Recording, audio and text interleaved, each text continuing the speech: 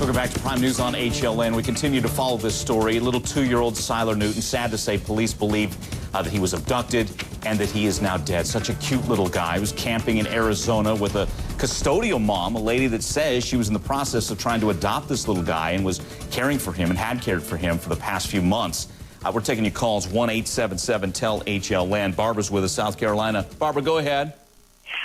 Okay, I was wondering, and I love your show. You do a great job. Thank you. I was wondering about the lighting in the campsite, if there was any outdoor lighting, because if there wasn't, I don't believe a child that age would have just walked off. It had to be somebody taking him. Yeah, that's a great point. Lisa writes this on Facebook. How can a 2-year-old wander off? His little legs would not have allowed it. Lynn, what does this campsite look like? It's pretty rugged terrain, right? And I'm imagining at midnight, it's pitch black out there.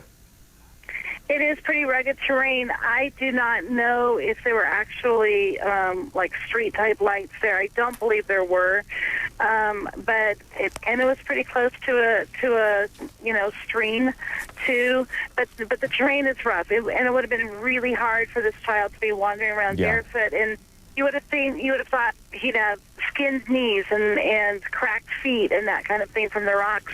And they said they found no signs of blood. Right. Michelle Sagona is with us, investigative journalist. You can always check out updates at our website, michellesagona.com. Michelle, have we learned any more about this adoption arrangement between the custodial mom and her supposed friend?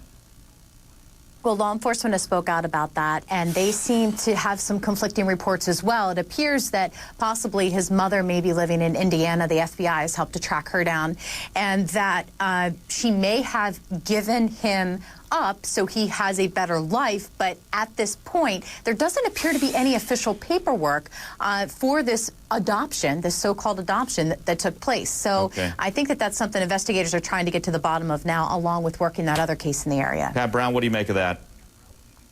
Well, I'm really concerned about this. I've heard about a criminal record that the custodial mother has. There was supposed to be a couple charges on it that were interesting. One was a drug charge, but it was prescription. The second one was filing a false police report. That's the red flag to me, because that's something most of us don't do, and that leads me to believe there might be some kind of personality disorder if you're willing to file a false police report, which then makes me look at her as a possible suspect who might have something, something else going on here. Gotcha. Shauna's with us, Arizona. Shauna, go ahead. Hi, Mike. Hey, Shauna. I just want to say that this has not passed the stink test from day one with us residents here in Arizona. Going to Beaver Creek from Flagstaff for a camping trip just doesn't wash. It's like going from the mid-70s, temperature-wise, to the mid-90s for a camp trip in the dirt with kids. People from Flagstaff always go to Sedona for the day or anywhere for the day or stay home. This is a place where people from Phoenix or Tucson would go to. So you're saying this is just too much for a 2-year-old? It's something like this?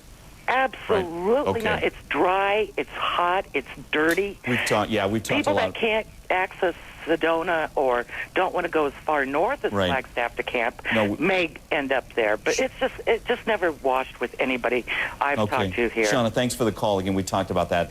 It's pretty rough out there, rugged terrain, and some have said a little too much for a 2-year-old. We're going to keep following this one, guys. Thanks so much. Coming up, tragedy on the Red River. 6 teens drowned, family members who couldn't swim helplessly watched.